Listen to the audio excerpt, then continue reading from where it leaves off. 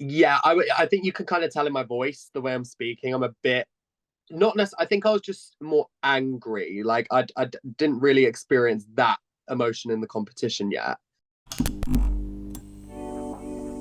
Hi, I'm Ella Vaday and welcome to Attitude Tea Time. Each week I'll be bringing you the freshly brewed tea from Drag Race UK Series 5 with the latest eliminee.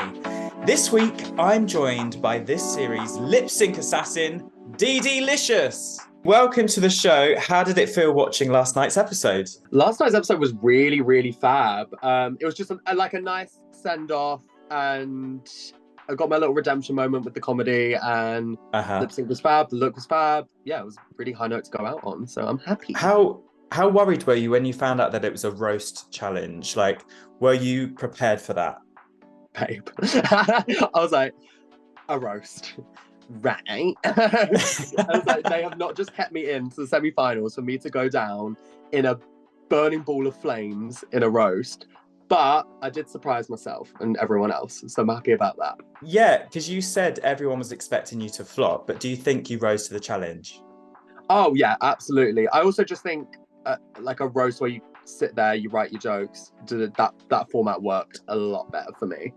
Yeah, I was really impressed by you, babe. Honestly, there were so many jokes in there. It was brilliant. Kate Birch. Now, describing your drag reminds me of an airport. It's absolutely terminal, and your departure was delayed.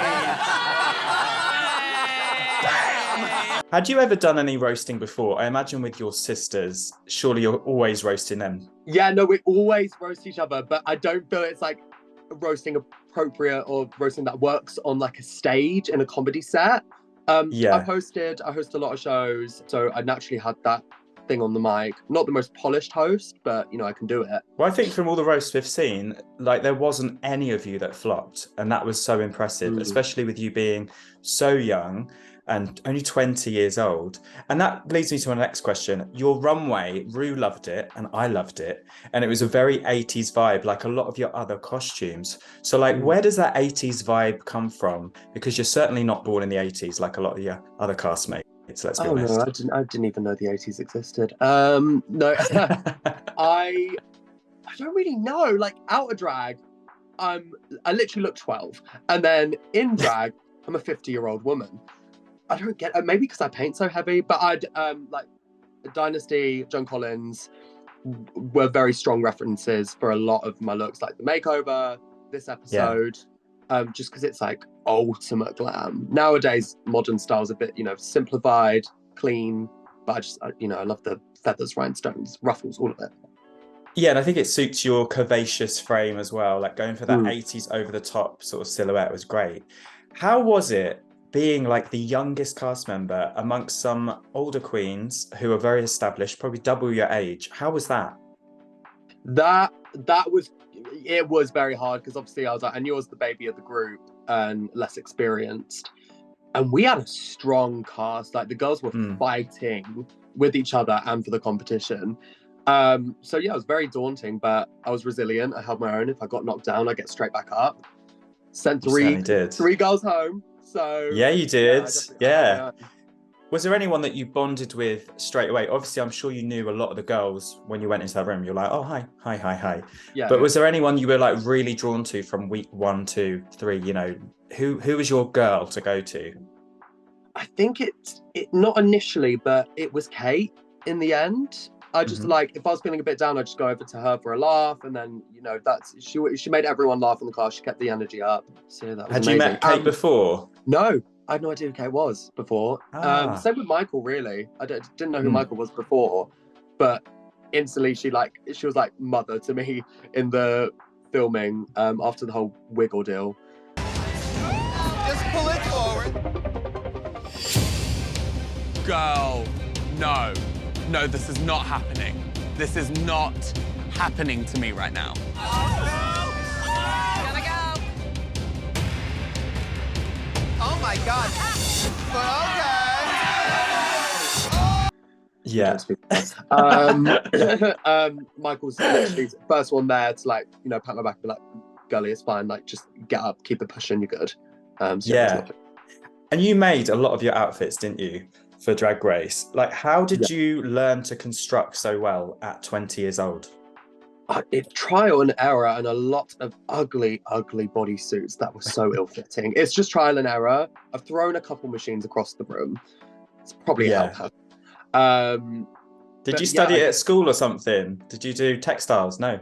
No, I studied the school of YouTube. Just all of YouTube. Well, YouTube is so handy. I mean, look, we're on YouTube right now. Wow. Hey, YouTube. Full circle moment.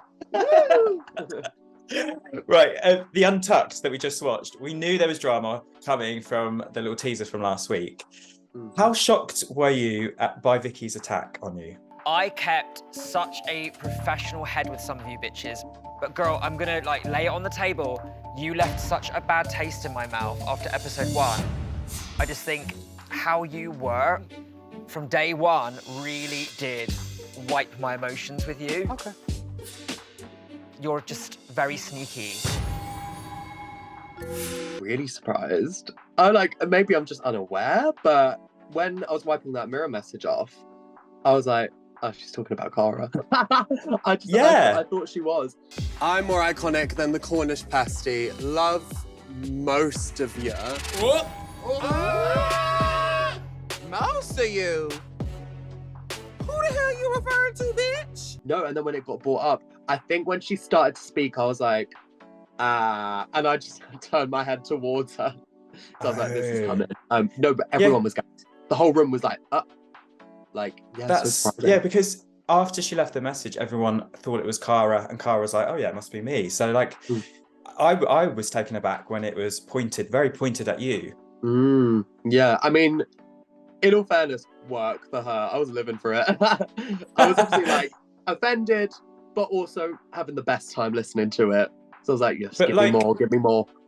When that happened, and obviously you maybe thought you might have to lip sync, did that kind of put you in a weird headspace, like having that headbutt just before that stage? Yeah, I think you can kind of tell in my voice, the way I'm speaking. I'm a bit, not necessarily, I think I was just more angry. Like I didn't really experience that emotion in the competition yet. And yeah, obviously I was in that one because I kind of like going into the episode, I was like, this is my episode. Like, yeah, it's quite obvious. But you know, I mean, I guess she didn't really know what was going to happen. So I don't know if she was doing anything like that. I think she was like, her last moment there, get everything off your chest. I guess so. And I guess that what you said to Alexis happened so far back for you, having got to episode 9. That was a long time ago. You kind of forgotten about that and shaking it off. How is the relationship with Vicki now? We're all good. We've buried the hatchet. I've said this in all my other interviews. Like, it took us a bit of time after filming. You know, we're all trying to adjust back to normal life. And then, yeah, recently we just texted and it was really nice. And yeah, and then we went for a drink shortly after. So it was great. Oh, amazing. That's good. You're all sisters at the end of the day, and everyone gets on in different variants in different ways. What about Alexis St. Pete? Like, did you have any off-camera chats about the comment that you said to her? Who do you think's gonna be your other? I think Alexis.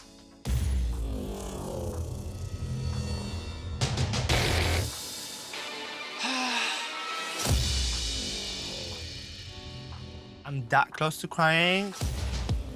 But just because based on presentation and performance, we slipped the most. I mean, maybe it was just me, but no one really cared off camera. I mean, at least to me. It was brought up to me by Cara. She was like, just, you know, be a bit careful with who you think's going to go where, because it comes across a different way than what you're intending it to.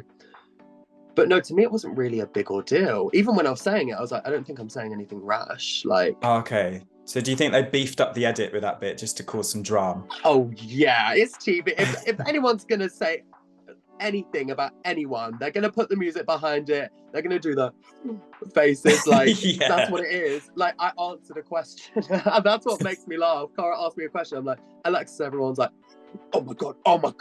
Like... The drama of TV, the drama of RuPaul's, we love it. Was there any other drama that we missed? Talking of drama, any other untucked stuff, like especially from the reunion at the end? Was there anything that wasn't included in the show? I think when Cara and Tamara had a full-blown fist fight in the middle of the no, that did damn not happen. it. That did not happen. No, all the drama that happened was all in the episodes. Yeah, there was no drama off camera. It's quite funny though, because when there's drama, because the camera's cut and everyone's like, so what are you gonna have for tea? Yeah. Like, jacket potato for dinner. Yeah, lovely. Did you feel, because like going into Drag Race, you had a huge pressure, obviously having Krystal Versace before you, winning the whole goddamn thing. Did you feel a pressure going into it to do better, to do just as good? I mean, yeah, of course. I went in there like knowing like, you're related to a winner, and even if I don't bring it up, it will get brought up because, you know, we're, I guess, quite similar in the way we paint and blah blah blah. But to be honest with you, it kind of faded after the midway point. I kind of didn't really think about it after that. Yeah, at first, did you feel you had to kind of edit yourself or try and cause some drama just to be on camera, or did it feel very natural? I think I will say in the beginning, after what happened in that challenge, I thought, I was like, oh, like, I'm related to Krystal. The gag would be if I go first. So I'm going first. Therefore, let me just say anything that's on my mind. Get it out there. Got ya. Yeah. Which then in turn led people to believe I was someone who I wasn't, and, you know, all that. But yeah, no, for sure. I was like, I need to get me some airtime here. Yeah, well, I just wondered that because it felt like at first you were maybe trying to get a conversation that would be a bit controversial, and now you've said that, it makes more sense. So yeah, it was never to, like, you know, annoy anyone or, you know, upset anyone. It was just simply, there's a camera there, I'm gonna talk. use it before you lose it. Talking of losing, I'm sorry to bring this up, you lost the last lip sync. But there was no denying you were the lip sync assassin of the season. Yeah. Do you think that is a better honor than having a repeater badge? You know what? I kind of flipped the script with the whole winning sitch. Didn't win any badges, but I also did send 3 badge winners home. So does that technically mean that I inherited 3 badges? I think it probably does. But in my mind, yes. So I won in a different way. I did it my own way. I did it my way. What was the #1 bit of advice that Krystal gave to you going into the show? It was genuinely just be your silly self. Like, you can't self-produce when you're on that show because producers pick it up, the queens pick it up. And the thing is, you can't really say much. You can't tell someone how to do a challenge. You also can't be too prepared. You know, going into that, it's completely unpredictable. Oh, yeah. And you know, you are so different to Krystal, and I think you showed how different you were as well, which is amazing. And there's, you know, Krystal couldn't have prepared you for Drag Race as much as, you know, so many people that have done it. When you're there, it's different, isn't it? Oh, completely different. And also, just like, you want to make the experience your own, you know? So just kind of go in there with no expectation and you're all good. Talking of Krystal, what has Krystal had to say about your time on Drag Race? Is she proud of you? She said, you are a big sore loser. No, she's really happy with it. When I told her how it kind of all went down when I got back, sorry, Andrea, she was like, this is perfect, because I'm like, my drag comes from performance. I'm a performer. That's what people know me for. So the fact I got the lip sync assassin role and did well in that fitted me perfectly. So yeah, I was happy as well. I was like, you should be proud of yourself. I think you've held your own and you've been the absolute lip sync assassin that you are. So well done. And honestly, your comedy roast was fantastic. Right, we're going to finish up the interview with a quick fire round. I just want you to say a word or a sentence or a joke that comes to your head. Anything goes here. Are you ready? Let's go. RuPaul. Hair. Kate Butch. Lace. Ginger Johnson. Hates me. That's the T. Tamara Thomas. Hooligan. Michael Maruli. Top tier drag. Vicki Vivacious. Shady little beep. Alexis St. Pete. Woman. Lip syncing. Assassin. Repeater badges. Got none. And finally, Ella Vaday. Gorgeous, stunning, hilarious, a mogul in the community, a trendsetter. Oh, wow, thank you so much. From one MILF to another MILF, thank you so much for joining us here at Tea Time. I love you lots and I'll see you soon. Mwah! Mwah. Thanks for watching Attitude Tea Time. Join us next week for more scalding hot tea from Drag Race UK. Bye-bye.